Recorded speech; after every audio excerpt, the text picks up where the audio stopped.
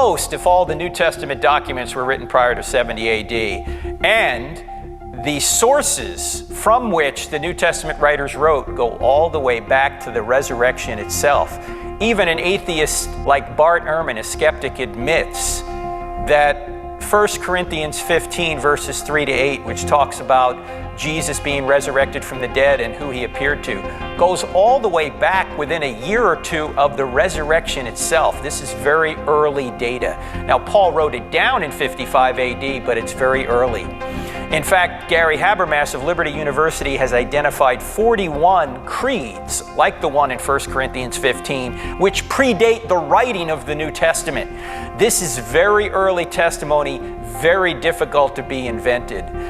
Let me ask you a question. Let's suppose you are reading a history of Lower Manhattan, and you read the story of the Twin Towers being built.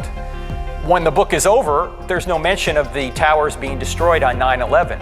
When are you going to assume that book was written? Prior to 9/11, obviously. Well, the New Testament doesn't mention an event that was even more dramatic than 9/11, and that is the destruction of Jerusalem and the temple in 70 AD. Jesus predicts it in his Olivet Discourse, but nobody ever says, look, Jesus was right. Why not? Because the documents were written prior to 70 AD. In fact, even John, which is thought to have been written late, even John in John chapter 5 talks about a pool of Bethesda was destroyed. The pool of Bethesda was destroyed in 70 AD, yet John is speaking of it as if it's still standing when he's writing.